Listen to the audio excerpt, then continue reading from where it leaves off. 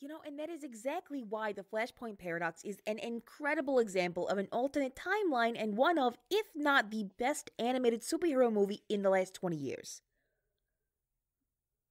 Well, yeah, as long as you don't focus on how freakishly thick some of their necks are, it's one of my solid top 5. What do you. It's perfectly relevant. We'll watch it the next time you come over and you'll see what I mean. Oh, I'm sorry. Did I phrase that like a question? No, you have no choice. I've already got the blanket fort and the snack list brewed in the back of my head. You're coming over.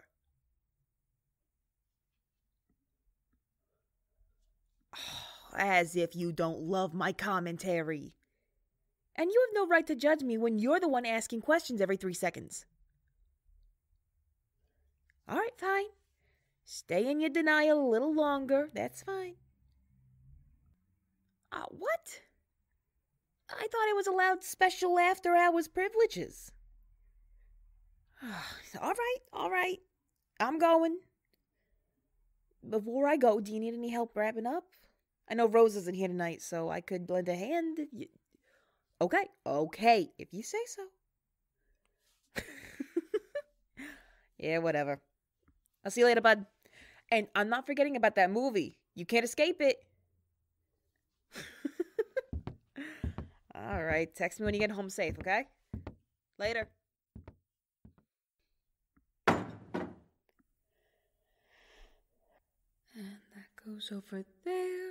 And Ethiopian manuscripts goes on shelf C.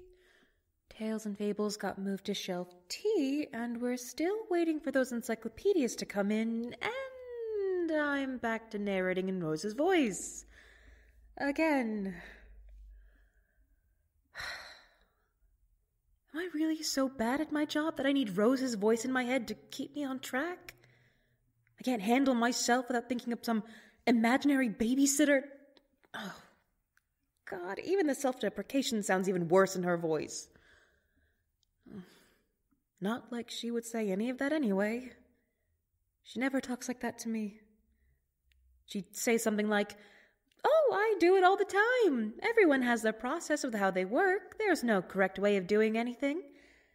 Or something like that, with that nice smile, like she actually thinks that, and she's not just trying to make me feel better, which... Maybe she's right. It doesn't really matter how I do it as long as it gets done. It's no different than listening to music or having a TV play in the background. And it's always easier to stay on track when I feel like Rose is here with me rather than on my own, with my own voice, narrating my thoughts. Well, Abby always talks about that parallel play stuff. I guess this is kind of similar, just self-inflicted. Unless this is just Rose pulling an elaborate prank from her living room and I'm just going insane by going along with it. But she couldn't reach the library from here, even with how powerful she is. She showed me the distance limit already. I'm not going crazy. I'm just talking to myself in my head with my boss's voice. My incredibly oblivious and sweet and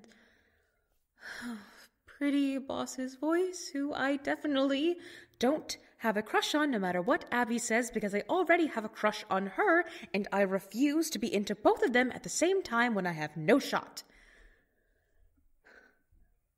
I might have a shot.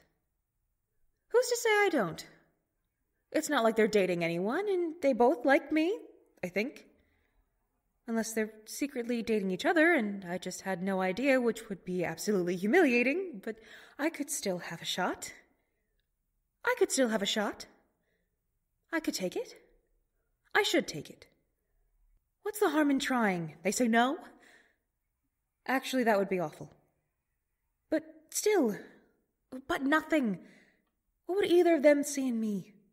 Abby's a content creator with thousands tuning in, and Rose is a freaking homeowner, and I'm... me. They probably wouldn't even take me seriously. Abby would laugh and think I was joking around, and Rose might take me seriously. She usually does. Actually, she always takes me seriously. Never laughed at me or downplayed my feelings. She's always taken all my concerns into account and never hesitated to reassure me. If anything, she'd let me down gently. Hell, she might even say yes. But she's my boss. There's that power imbalance, even if we literally do the same work, and she's never treated me like an employee. She's still my boss on paper. And she has to sign off that I've completed my internship. That's ending soon.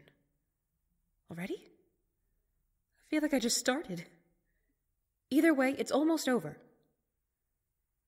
Maybe I'll ask her out then. Or not. Probably not. Yearning from a distance is a great option. We'll stick with that. That sounds like a plan. Keep studying until I die and keep the two best women in my life at an arm's length to spare myself any potential emotional distress. Yeah, that's healthy. Okay. One mental spiral down, and it's looking like Rose's voice is here to stay. Fantastic. Though the first person is kind of weird. Feels like I'm in Rose's head instead of my own. Could I do that? If Rose pulled me into her head, could I just hear her train of thought? That sounds like a very quick way to get overstimulated. Damn it, what was I supposed to be doing again? I only had one more thing. See, if Rose was actually here, she'd be funneling a list into my brain. Not now, though. Now it's just empty and anxious. Right, return cart and then lock up the back room. Easy. That'll only take a few minutes, and then it's back home for the night. Maybe Rose should go into life coaching. Having her voice as a narrator is pretty nice. But the first person is still strange. If I focus a little harder, I can pretend she's talking to me instead of being me. Maybe I should have asked Abby to stay. Being in my own head is way too meta. Dear, have you finished up all the closing tasks? Get those done quickly, and then you can head home. Yeah, that works. All right. Get those books back on the shelves, and then all that's left is cleaning up any messes in the back room. Abby didn't spend any time in there today, so it should be relatively clean. Not that she means to make a mess, you know that. She just exists as a perpetual hurricane. That's not a bad thing. Quite the opposite. And you like that about her. Her energy, her passion, her inability to let an awkward moment exist. So what if she leaves stacks of papers lying around? It's not like you don't handle that stuff every day with me. Did you know Abigail called me flighty this afternoon? Well, of course you did, but me! Flighty! I should have kicked her out on principle. Even if she is right. Sometimes.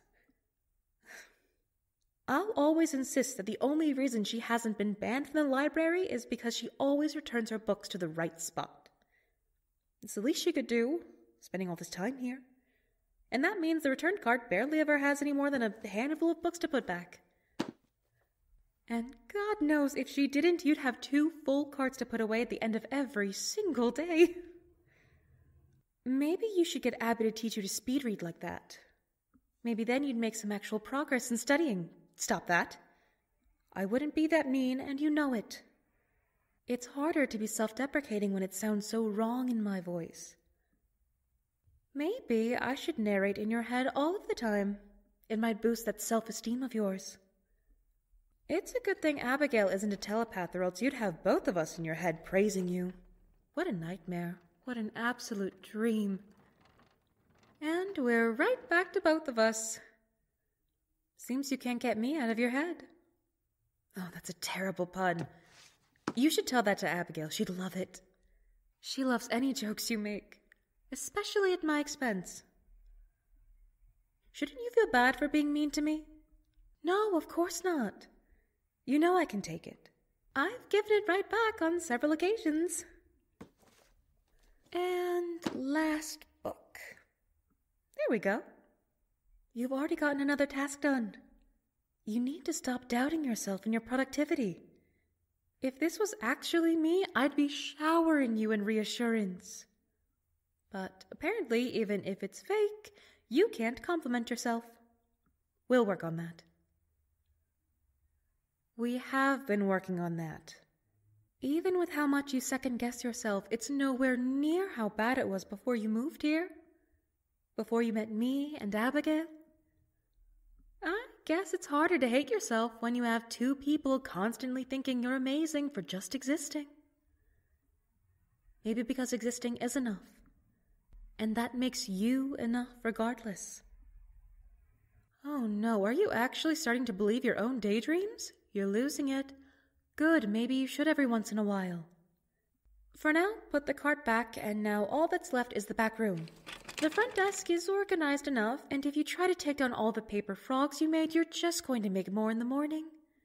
Maybe you should make some for me. Maybe some paper flowers. Not roses, that's too on the nose. Plus, isn't my favorite flower lilac? Can you even make paper lilacs? I'm sure you could, it would just take forever. But the holidays are coming up, maybe it would be worth it. Well, you already think it's worth it for me. What's the point in pretending you're not going to be scrolling for hours tonight looking up tutorials? Okay, we've certainly seen it worse.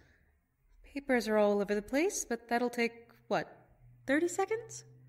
And the sofa is looking very nice right about now. You look tired. You feel tired. It wasn't a hard day, but that daylight savings has been brutal. It feels like it's the middle of the night. You really can't drive home like this. I wouldn't feel comfortable letting you drive drowsy. If I was actually here, I'd take you home myself. Or let you spend the night at mine. At this point, you have your own designated pillows and blankets. Is it ethical to sleep at your boss's place? Probably not, but I think there's an exception clause if your boss has a bearded dragon.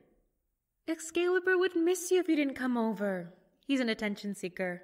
Guess that makes both of you. Stop. Focus. Sofa. Quick 5-minute nap. 10-minute nap? You're salaried, so does it really matter? Not really, plus you've already sat down and... God, have these cushions always been so soft? Oh, no wonder Abigail passes out back here all the time. You could too, you know. I wouldn't be upset if you rested back here. It would be nice to know you're getting some rest.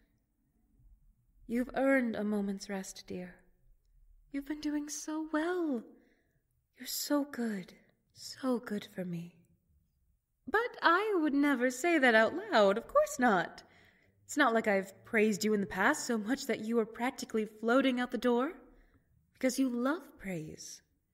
Despite how much you think you don't deserve it, you love being told how well you're doing. And I'm happy to tell you. Just relax. Lean back.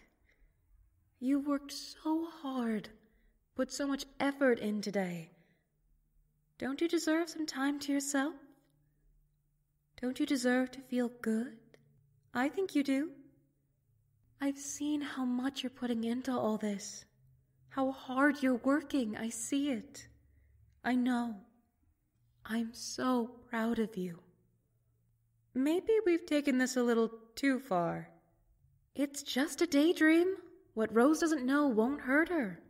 She's your boss. Your boss who you're head over heels for. Your boss who can slip into your head at any moment and figure out what's going on. She wouldn't. She'd ask permission first. She'd never go digging around through your head without you knowing about it. But if you're so worried, why not get it out of your system? Surely that'll work and not make things so much worse. Of course. Why not? No one's here. The library's closed. No one would ever know. So why not? You've been thinking about it all day, all week, for months at this point. You're only human. It's just a harmless daydream about your rose. So why not?